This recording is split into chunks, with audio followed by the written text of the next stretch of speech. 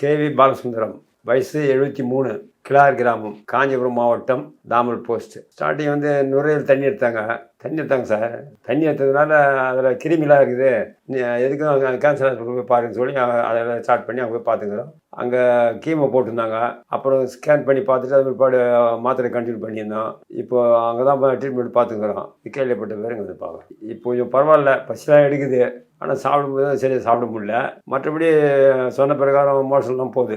நம்ம சாப்பிடணும் முயற்சி பண்ணி. சளி கட்டுது இப்போதி, அதான் ஒன்று மெயின். சொன்ன பிரகாரம் தான் ஃபாலோ பண்ணிக்கிறேன், வேறு எதுவும் சாப்பிட்றது கிடையாது. சொன்ன பிரகாரம் பால், தயிர், டீ எதுவும் சாப்பிடல. அது நான்வெஜிடேரியன் எதுவும் சாப்பிட்றது கிடையாது. ஜூஸு, பருப்பு சாதம், கீரை சாதம் அதெல்லாம் சாப்பிட்டு வரோம். இது சாப்பிட்ட பிறகு கொஞ்சம் பசிலாம் நல்லா எடுக்குது. அவங்க சொன்ன பிரகாரம் எல்லாமே மோஷன்லாம் போகுது. அப்போதைக்கு எப்போ மோஷன் வெளியே இருக்குது. சொன்ன நாட்டு முட்டை மட்டும் சாப்பிட்டுனாரு, அதை டெய்லி ஃபாலோ பண்ணுறோம். சொன்ன பிறகு சாப்பாடு நான் சாப்பிட்டு தான் வரோம். அதனால் வந்து மதியம் மட்டும்தான் ரைஸ் சாப்பிடுது சார் போகுது.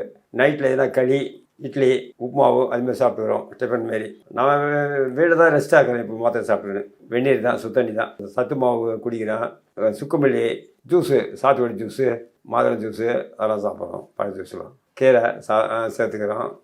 பீன்ஸு அதெல்லாம் பொரியல், சாம்பார் சாதம், மோர் சாப்பிடுவோம். மதியானத்தில் மோர் சாதம் அதுமாரி சாப்பிடுவோம்.